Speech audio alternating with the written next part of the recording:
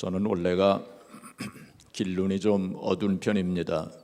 그래서 자동차를 운전을 하다가 길을 잃어버려서 헤맨 적이 많았어요. 근데 요즘에는 참 좋은 세상이 됐습니다. 내비게이션이 있어서 모든 것을 다 가르쳐 주지 않습니까? 그래서 이제 라이트 턴을 해라, 랩 턴을 해라, 또 조금 어디 가서 어떻게 해라 전부 가르쳐 줍니다. 그래서 그 지시대로 따라가기만 하면 돼요. 그게 스트레스가 많이 없어졌어요. 그래서 제가 한 번은 저희 집사람에게 이제 내가 이 내비게이션 때문에 1년은 더 살게 될 것 같다 그런 얘기를 한 적이 있었습니다. 그런데 조심해야 돼요. 어떤 때는 이 GPS가 이상한 길로 인도합니다. 제가 뉴저지에서 한번 브루클린으로 이제 가는데 이 GPS가 이상한 길로 인도하더라고요. 그래가지고 얼마나 고생을 했는지 그런 적이 있었습니다. 또 한 번은 고속도로에서 운전을 하는데 가스가 달랑달랑 하게 됐어요. 그래서 이제 내비게이션에서 가르쳐 주는 대로 가장 가까운 가스 스테이션으로 이제 갔는데 한참을 가더라고요. 한참을 여기저기 갔는데 가서 보니까 목적지에 도착했습니다 라고 했는데 허허벌판이에요. 아무것도 없어요. 이제 그렇게 될 때도 있어요. 여러분, 하나님의 말씀은 영적으로 우리의 내비게이션이 됩니다. 그래서 하나님께서 그 성경을 통해서 우리에게 모든 것을 다 가르쳐 주시지 않습니까? 시편 119편 105절에 하나님 말씀은 내 발의 등이요 내 길에 뭐라고요? 빛이니이다. 모든 것을 다 가르쳐 주십니다. 그래서 이것은 이렇게 해라, 저것은 하지 말아라, 이 길로 가라, 저 길은 가지 말아라. 하나님께서 다 그것을 말씀을 통해서 내비게이트 해주시지 않습니까? 하나님 말씀대로 따라가야 돼요. 세상의 내비게이션은 이렇게 틀릴 때도 종종 있지만은 그러나 하나님의 내비게이션은 틀리는 법이 없어요. 정확합니다. 오류가 없어요. 그래서 축복의 길 혹은 화의 길이 있어요. 생명의 길이 있는가 하면 사망의 길이 있어요. 하나님께서 그것을 다 가르쳐 주셨습니다. 신명기 30장 15절에 보시면 보라 내가 네 앞에 생명과 복과 사망과 화를 두었다. 생명과 복의 길이 있는가 하면 뭐예요? 사망과 화의 길이 있다고 그렇게 말씀했어요. 성경에 그러한 길이 다 제시되어 있지 않습니까? 그래서 생명과 복을 받는 길로 우리가 가야 돼요. 사망과 화의 길로 가서는 안 됩니다. 하나님께서 그 성경을 통해서 우리에게 다 제시하여 주시는 것입니다. 그 전에 제가 팔복 마태복음 5장에 나오는 산상수훈에서 팔복에 관한 말씀을 같이 생각해 보았습니다. 오늘 교동문에서도 우리가 팔복을 교독을 하였는데 8가지 복에 대한 말씀이죠. 마음이 가난한 자가 복이 있다 말씀하시고, 애통하는 자가 복이 있다, 온유한 자가 복이 있다, 또 긍휼히 여기는 자가 복이 있다, 의에 줄이고 목마른 자가 복이 있다, 마음이 청결한 자가 복이 있다, 화평케 하는 자가 복이 있다, 그리고 의를 위하여 핍박을 받은 자가 복이 있다 하고 8가지 복에 대해서 말씀을 하셨어요. 그것이 바로 복으로 가는 길을 제시해 주신 것입니다. 그런데 오늘 말씀은 화에 대한 말씀이에요. 정반대, 화를 받는 길, 이 길로 가면 화를 받는 거예요. 저주를 받는 거예요. 우리는 그 길로 가서는 안 됩니다. 예수님께서 7가지 화 있을진저 하고 7번 말씀하셨어요. 바리새인들과 서기관들을 책망하시면서 화 있을진저 라고 그렇게 말씀을 하셨어요. 이 화 있을진저라고 하는 단어는 우아이라고 하는 단어입니다. 헬라 말로 우아이. 이거는 오 슬프도다 혹은 아이고라고 하는 그러한 탄식을 나타내는 그러한 단어인데, 또한 이 우아이라고 하는 단어는 화가 있을 것이다 라고 하는 그러한 의미도 있다고 합니다. 그래서 공동 번역 성경을 보게 되면 화가 있을 것이다 라고 그렇게 번역을 했습니다. 그래서 성경학자들은 이것을 칠화선언이라고 이제 그렇게 말합니다. 7가지 화에 대해서 예수님께서 선언하신 것이다, 이렇게 말합니다. 생각해 보면 예수님은 얼마나 온유하신 분이십니까?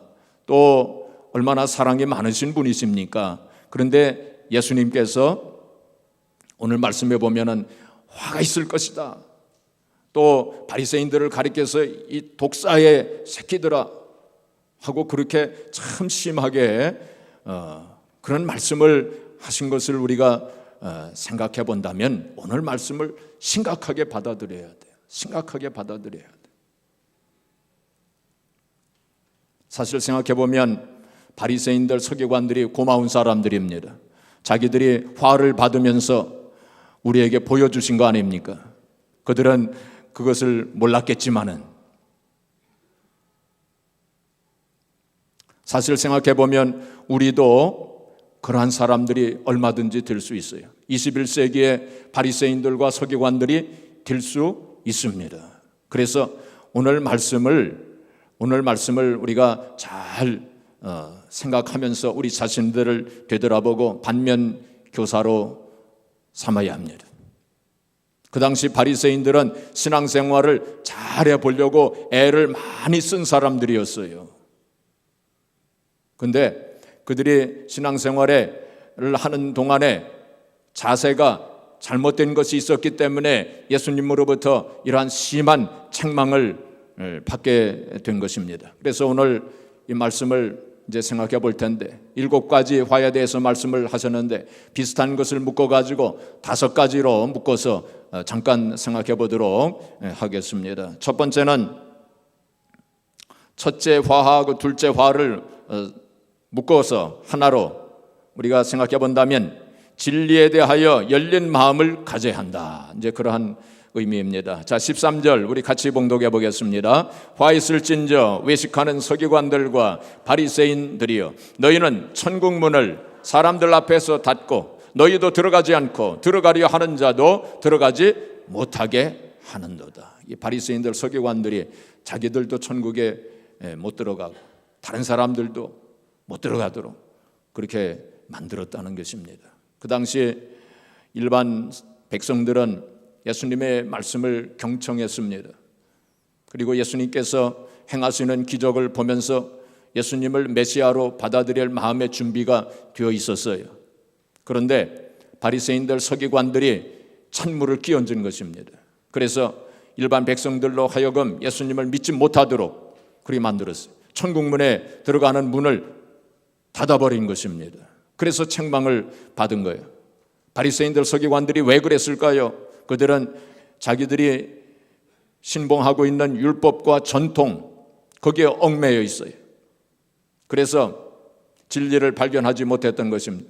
자기들이 믿는 것이 가장 옳은 것이고 다른 것은 다 틀린 것이다 라고 하는 그러한 선입견에 사로잡혔어요. 그는 영적인 고집입니다. 영적인 고집을 가지고 있는 사람들이 많이 있어요. 그러면 진리를 발견하지 못하는 것입니다. 열린 마음을 가지고 진리를 발견하려고 하는 그러한 노력이 있어야 돼요.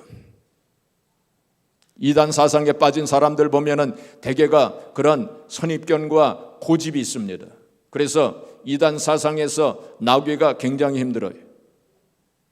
지난 수요일 날 제가 수요예배 때 그런 말씀을 드렸는데, 제가 옛날에 안식교인 청년을 만나서 그 안식교인들은 지금도 토요일 안식을 지켜야 한다라고 그렇게 믿지 않습니까? 그래서 그 청년을 앞에 놓고 제가 성경을 찾아가면서 지금 우리가 신약 시대에는 예수님이 오신 후에는 토요일 안식을 지킬 필요가 없다라고 성경을 찾아가면서 그렇게 설명을 1시간 정도 했어요. 갈라디아서 4장 11절 12절에 보시면 너희가 날과 달과 해와 절기를 삼가 지키니 내가 너에게 수고한 것이 헛되지 않을까 헛되게 될까 두려워하노라.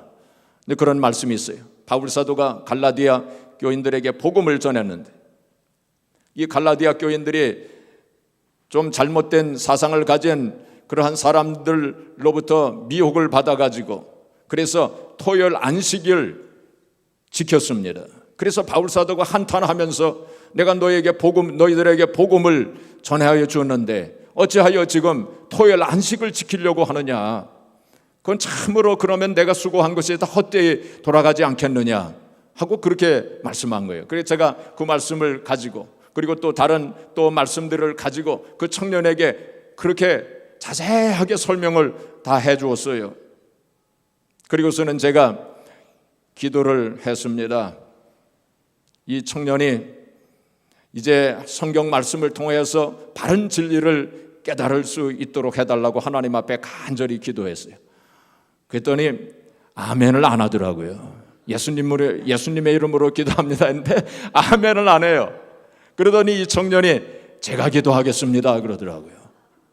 제가 기도하겠습니다 그러는 거예요. 그러면서 기도하기를 목사님이 바로 깨닫게 하여 주시옵소서 그렇게 기도하더라고요. 그래서 제가 아멘 했을까요 안 했을까요? 저도 안 했습니다. 제가 그때 처음으로 기도하고서 아멘 안 했어요. 그 이단에서 빠져나오기가 그렇게 힘든 거예요. 선입견에 한번 빠져들게 되면 나오기가 힘들어요. 물론 안식교가 이단이냐 아니냐 그런 논쟁이 있습니다. 제가 오늘 그걸 말씀을 드리려고 하는 건 아닙니다. 많은 사람들이 신앙생활을 하면서 처음 은혜 받은 교회 혹은 교단 혹은 목사님 혹은 어떤 신앙 노선에 붙잡혀가지고 다른 것은 다 틀렸다. 조금만 좀 잘못되면 자기하고 다르면 다 잘못됐다고 정죄하는 그런 사람들이 있어요. 그건 아닙니다. 어떤 교단에서는 방언을 하게 되면 선교사로 세우지 않는 교단도 있어요. 또 어떤 교회에서는 이제 신유의 은사, 병고침의 역사와 혹은 귀신을 쫓아내는 축사 사역을 부인하는 그러한 교회도 있어요. 또 어떤 교회에서는 찬송을 하면서 손뼉 치는 거 금하는 교회도 있고 큰 소리로 통성기도하는 그러한 것을 또 금하는 교회도 있어요. 우리가 이단이 아니라면 또 성경에 분명하게 말씀한 것이 아니라면 우리가 조금 자기와 좀 틀리다고 해서 그걸 쉽게 정죄해서는 안 됩니다. 그렇게 되면 우리도 바리새인과 같은 그런 사람이 될 수 있어요. 자, 그 다음에 둘째로 예수님께서 오늘 말씀하신 것은 이제 믿을 만한 사람이 되어야 한다 하는 것입니다. 믿을 만한 사람이 되어야 합니다. 16절. 자, 16절 또 같이 봉독해 보겠습니다. 화 있을진저 눈먼 인도자여 너희가 말하되 누구든지 성전으로 맹세하면 아무 일 없거니와 성전에 금으로 맹세하면 지킬지라 하는도다. 이게 무슨 말씀이냐면은 그 당시 사람들이 맹세할 때에 이제 성전으로 맹세를 많이 했던 모양이에요. 그리고 또 이제 다음 구절들에 보면은 제단, 성전이나 제단을 두고 맹세를 많이 했던 모양이에요. 그래서 바리새인들과 서기관들이 이제 궤변을 만들었어요. 궤변. 이상한 논리로 사람들이 성전을 두고 맹세를 하고 혹은 제단을 두고 맹세를 한 뒤에 그 맹세를 지키기가 힘들잖아요. 어떤 경우에는 어떤 서원을 하였는데 그 서원대로 하기가 힘들 때에 이 바리새인들이 뭐라고 얘기하냐면 괜찮아. 그거 안 지켜도 괜찮아. 당신이 지금 성전을 두고 맹세했지? 괜찮아. 성전을 두고 맹세한 거는 안 지켜도 괜찮아. 성전에 금을 두고 맹세한 거는 지켜야 돼. 그렇게 얘기를 했어요. 제단도 마찬가지. 제단을 두고 맹세해서 괜찮아. 제단에 둔 예물을 두고 맹세하면 그건 지켜야 되지만은 제단을 두고 맹세한 거는 괜찮아 하고 그렇게 얘기를 했어요. 성전의 금이라고 하는 건 성전을 장식한 금이라든지 혹은 성전에 바쳐진 금 예물이라든지 혹은 성전에 있는 창고에 있는 금이라든지 그런 걸 가리킨다고 봅니다. 자, 그러니까 빠져나갈 구멍을 만들어 놓은 거예요. 보통 사람들이 성전을 두고 맹세하고 제단을 두고 맹세하기 때문에 괜찮아. 성전을 두고 맹세하고 제단을 두고 맹세한 건 안 지켜도 괜찮아 하고 그러한 논리를 만들었기 때문에 예수님께서 이 말씀을 이제 하신 거예요. 그러시면서 예수님께서 맹세는 무엇으로 하든지 하나님께 하는 것이다 그렇게 말씀했어요. 자, 여기 21절로 보시면은 또 성전으로 맹세하는 자는 성전과 그 안에 계신 이로 맹세하며 또 하늘로 맹세하는 자는 하나님의 보좌와 그 위에 앉으신 이로 맹세하며 모든 것을 맹세하는 자는 무엇을 두고 맹세한다고 하는 것은 다 하나님 앞에서 맹세하는 것이다. 그렇기 때문에 꼭 지켜야 한다.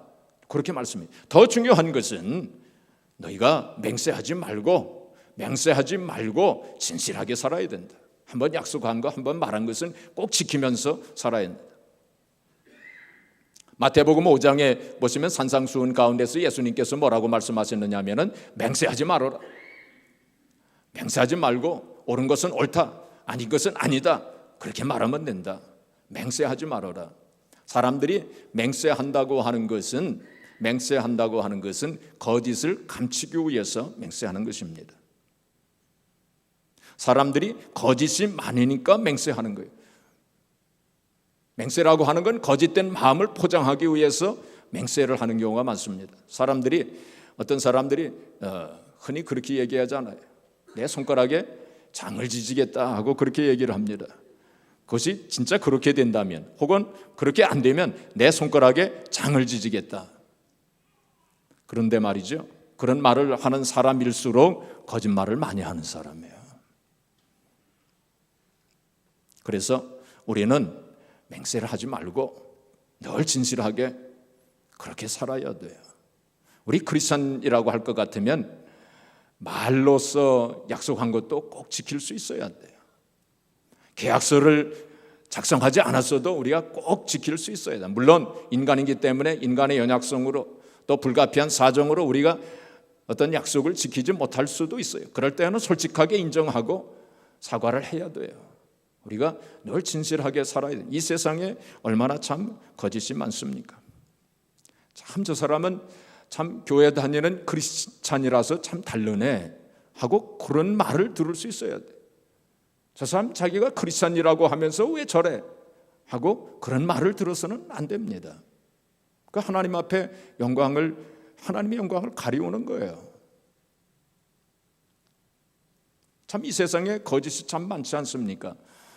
중국집에 짜장면을 주문을 했을 때 10분 안에 도착합니다. 그래가지고 기다렸는데 30분이 지나도록 오지 않아요. 그래가지고 전화를 하니까 떠났습니다. 배달이 떠났습니다. 그러는 거예요.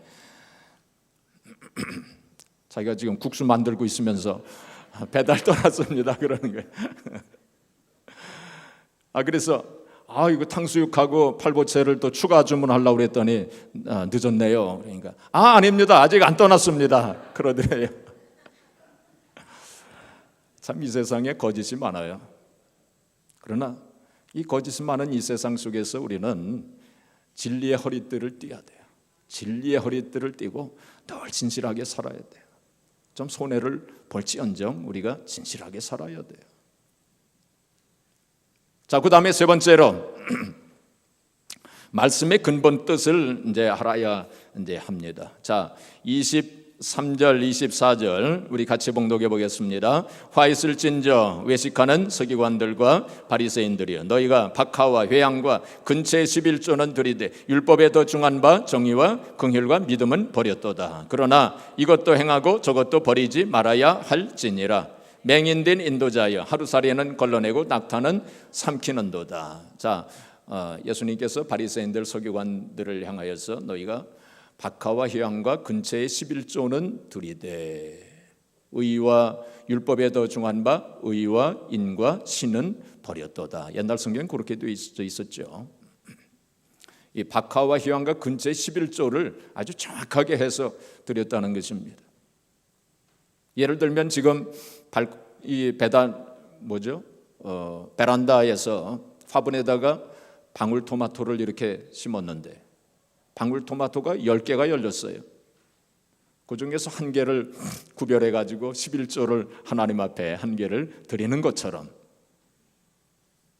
그렇게 정확하게 해서 사실 옛날 그 11조를 정확하게 하는 사람들은 곡식 있잖아요. 곡식 나다를 전부 셌대요. 전부 세가지고 거기서 10분의 1 해서 하나님 앞에 드리고 그 유대인들 가운데 그런 사람들도 있었대요. 바리새인들 서기관들이 그런 식으로 이제 한 것입니다. 그런데 예수님께서 말씀하시기를 그렇게 정확하게 11조를 드리는 그것을 책망한 것은 아니에요. 그렇죠? 나중에 보면은 이것도 행하고 저것도 버리지 말아야 할지니라. 이제 그렇게 말씀을 이제 하셨는데 율법에 더 중한 바 정의와 긍휼과 믿음은 버렸도다. 그렇게 말씀한 거 아닙니까? 그러시면서 예수님께서 유머스럽게 유머를 사용을 하시면서 맹인인 인도자여 하루살이는 걸러내고 낙타는 삼기는도다 하고 유머스럽게 말씀을 하신 거예요. 유대인들은 포도주를 마실 때에 그 이제 팔레스타인 지방에 이 하루살이가 많대요. 이 하루살이가 포도주 속에 이제 들어가지 않습니까? 그래서 포도주를 마실 때마다 그걸 전부 걸러낸대요. 왜냐하면 하루살이는 부정한 동물이기 때문에 그거 먹으면 안 돼요. 그래서 다 걸러내는데 너희들이 하루살이는 걸러내면서 낙타는 삼키는도다. 이 낙타 큰 낙타, 이 낙타도 부정한 동물이에요. 이 낙타를 삼킬 수는 없죠. 그러나 그것을 예수님께서 유머스럽게 표현을 하신 거예요. 아마도 예수님께서 이 말씀을 하시면서 허허허 하며 아마 웃으셨을 거예요. 그 유머스럽게 표현을 하신 거예요. 그래서 11조는 그렇게 정확하게 드리려고 애를 쓰면서 율법에 더 중한 바 의와 인과 신은 버렸도다. 여기서 의는 바로 하나님과 올바른 관계, 다른 사람과 올바른 관계를 나타내는 것입니다.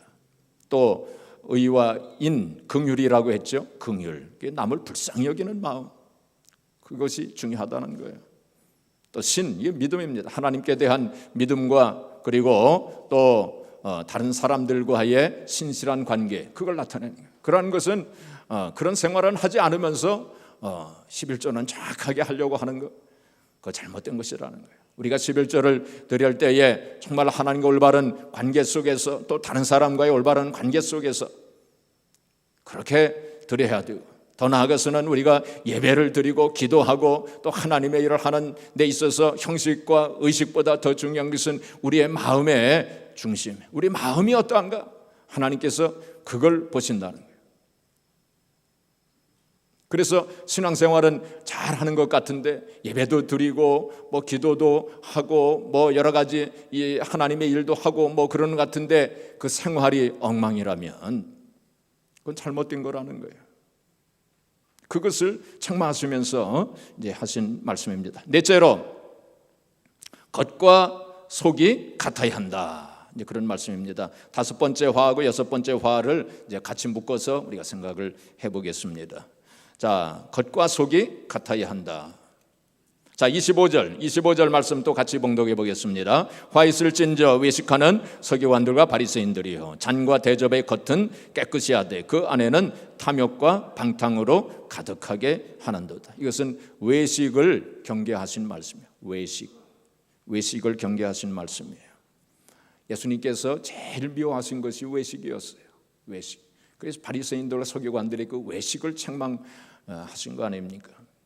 예수님께서 죄인들과 세리들과 심지어는 창기들까지도 긍휼히 여기시고 불쌍히 여기시고 그들을 용서하시고 사랑하시고 그러지 않으시고 가까이 하시고, 그렇죠? 이 사람들은 자기가 죄인임을 깨닫고 고백한 그런 사람들이에요. 그러나 이 바리새인 서기관들은 자기가 신앙생활을 잘하는 것으로 알고 있었어요. 잘못하고 있는 것이 그게 그것을 자기들이 깨닫지를 못했기 때문에 예수님께서 그렇게 크게 책망을 하신 것입니다. 외식이라고 하는 그 영어는 외식하는 자, 위선자는 히포크리스라고 하는 단어가 있죠, 영어에. 그것이 헬라 말로는 어떻게 되냐면 히포크리타이스라고 하는 헬라 말에서 나온 것입니다. 이 히포크리타이스라고 하는 헬라 말은 어떤 의미냐면은 연극하는 걸 가리켜, 가면을 쓰고 연극하는 것, 그것이 히포크리타이스였어요.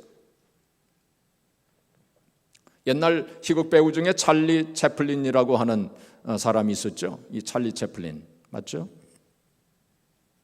예. 한 번은 이 찰리 채플린을 모방하는 흉내내는 사람들이 모여가지고 연극을 이제 했어요.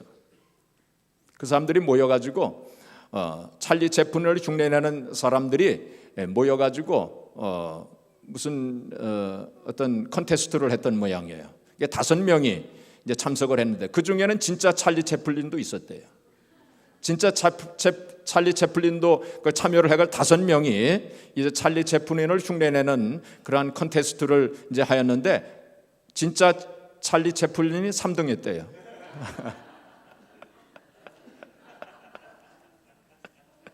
그게 무슨 뜻입니까? 두 사람은 찰리 채플린보다 더 잘한 거예요. 흉내를 내는데 더 잘했어요. 이게 어떤 의미인지 잘 모르겠습니다. 그 흉내를 잘 내는 사람들 많아요. 우리가 크리스찬으로서 흉내내면서 신앙생활 하는 사람들 있을 수 있어요. 그렇죠? 뭐 예배도 참석을 하고 또 술, 담배도 안 하고 식사할 때마다 기도하고, 그런데 그 속에는 잘못된 것이 많고 분노와 미움의 감정, 또 정말 더러운 생각과 잘못된 생각으로, 물론 우리가 완전할 수는 없습니다. 그러한 잘못된 생각과 또 생활 속에서 산다면 그건 외식하는 자예요. 예수님께서 제일 미워하시고 크게 책망하신 것이 바로 그 외식이에요. 바리새인들은 바로 그러한 삶을 살았다는 거예요. 예수님께서 회칠한 무덤이라고 그렇게 말씀을 하셨어요. 그 팔레스타인 옛날 유대 땅에는 회칠한 무덤이 많이 있었답니다. 이게 속에는 시체가 썩고 있는데 그 겉에는 회를 칠해가지고 아주 반짝반짝 빛나게 했대요. 햇빛이 비치면은 반짝반짝 그렇게 하얀 회를 칠해가지고 그렇게 만들어놨다는 거예요. 겉으로 볼 때는 그럴 듯한데 속에는 더러운 것이 가득 차 있다는 거예요. 예수님께서 그러한 사람들을 책망을 이제 하신 것입니다. 자, 마지막으로 내가 악인일 수 있다고 생각해야 돼요. 내가 악인일 수 있다고 생각해야 돼요. 자, 성경 몇 절입니까? 자, 30절 우리 같이 봉독해 보겠습니다. 만일 우리가 조상 때에 있었더라면 우리는 그들이 선지자의 피를 흘리는데 참여하지 아니하였으리라 하니. 자, 그 바리새인들 서기관들이 어떻게 했느냐면은 옛날 조상들이 선지자들 의인들을 핍박을 하고 죽이고 뭐 그러지 않았습니까? 그 바리새인들이, 예수님 당시에 바리새인들이 우리 조상들이 왜 그랬을까 하면서 선지자들의 무덤도 이렇게 새로 잘 만들고 의인들의 비석도 세우고 이제 그런 일을 했다는 거예요.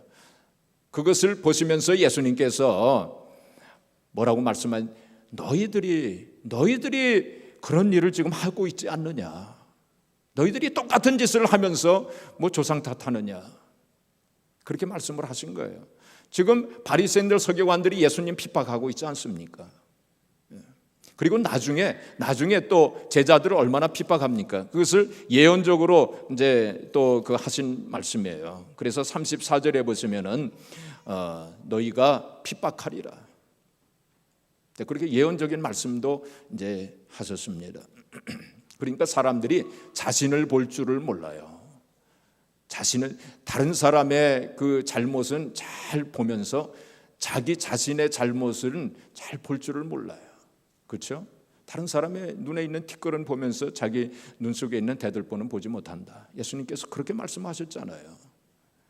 여러분 한번 그렇게 생각해 보세요. 영화를 이렇게 보면서 혹은 드라마를 보면서 사기치는 사람들 있지 않습니까? 남의 등을 치고 사기를 쳐서 참 남을 고통스럽게 하고 남의 눈에서 눈물이 나게 하는 그런 사람들 이 세상에 참 많이 있어요. 혹은 도둑질을 하는 사람들도 있어요. 그 영화 장면에 그런 장면이 나오지 않습니까? 저는 그런 생각을 했어요. 저런 장면이 나오는데 실제로 사기 쳐먹고 살아가는 사람들 있잖아요. 혹은 도둑놈들도 있잖아요. 이 사기꾼들과 도둑놈들이 그 영화를 이렇게 보면서 무슨 생각을 할까? 그거 궁금했어요. 그 사람들은 어떤 생각을 하면서 저런 영화를 볼까? 그거 궁금하지 않습니까? 근데 그 사람들이 야 잘한다, 야 좋다, 기분 좋다 그러지 않는다는 거예요. 그 사람들도 그런 영화를 보면서 저런 나쁜 놈 하고 그런다는 거예요. 자기도 똑같은 짓 하면서도 다른 사람 잘못하는 거는 보이면서 내가 잘못하고 있는 건 못 본다는 거예요, 사람들이. 그래서 대부분 사람들은 어떻게 생각하면 자기 자신이 괜찮은 사람으로 다들 생각한다는 거예요. 여러분들도 그러시죠? 다 자기 자신은 괜찮은 사람으로 그렇게 생각을 한다는 것입니다. 흥부놀부 이야기를 이렇게 보면서 대부분의 사람들은 자기 자신을 놀부라고 생각 안 한답니다. 다 흥부라고 생각한대요. 놀부짓을 많이 하는 사람들도 자기를 흥부라고 생각하지 놀부라고는 생각 안 한대요. 콩쥐 팥쥐 이야기를 이렇게 보면서 그 팥쥐가 콩쥐를 얼마나 참 핍박을 합니까? 그런데 사람들은 그걸 보면서 다 자기 자신이 콩쥐라고 생각하지 팥쥐라고는 생각 안 한대요. 그게 사람들의 마음이라는 거예요. 여러분, 우리가 이 세상을 살면서 어떤 인간관계 속에서 어떤 문제가 생겼을 때 대부분 사람들은 다 자기 자신을 피해자라고 생각해요. 가해자라고는 생각하는 사람 별로 없어요. 자기 자신이 가해자라고는 생각 안 합니다. 다 어떤 구실을 붙여서라도 어떤 정당화를 통해서라도 자기가 피해자라고 그렇게 생각해요. 제가 목회하면서 그런 경우를 많이 봤습니다. 사람들이 어떤 경우에 문제가 생겨 인간관계 문제 서로 싸우고 그럴 때 얘기를 들어보면 다 피해자예요. 자기가 가해자라고 말하는 사람은 거의 없었습니다. 그런데 우리가 인생을 살면서 자기 자신을 정직하게 볼 줄 알아야 돼요. 얼마든지 나도 가해자가 될 수 있다는 거예요. 나도 얼마든지 잘못될 수 있다고 하는 것을 알아야 됩니다. 내가 지금 말도 안 되는 것을 우기고 있다는 그것을 알아야 돼요. 나 자신도 얼마든지 잘못될 수 있다는 그 사실을 우리가 알아야 돼요. 근데 바리새인들 서기관들은 그거를 인정을 안 했어요. 자기 자신들이 항상 옳다 하고 그렇게 생각하기 때문에 예수님께서 그런 책망을 하신 것입니다. 이제 말씀을 정리하겠습니다.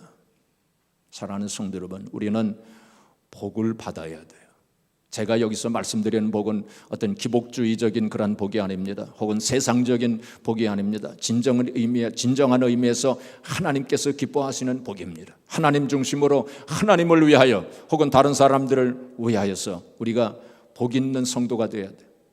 하나님께서 아브라함에게 너는 복의 근원이 될 거라고 그랬는데 정말 복의 근원이 되어서 다른 사람들을 복되게 만드는 그러한 성도의 삶이 되어져야 되는, 그러기 위해서는 우리가 복을 받을 만한 그릇이 되어져야 돼요.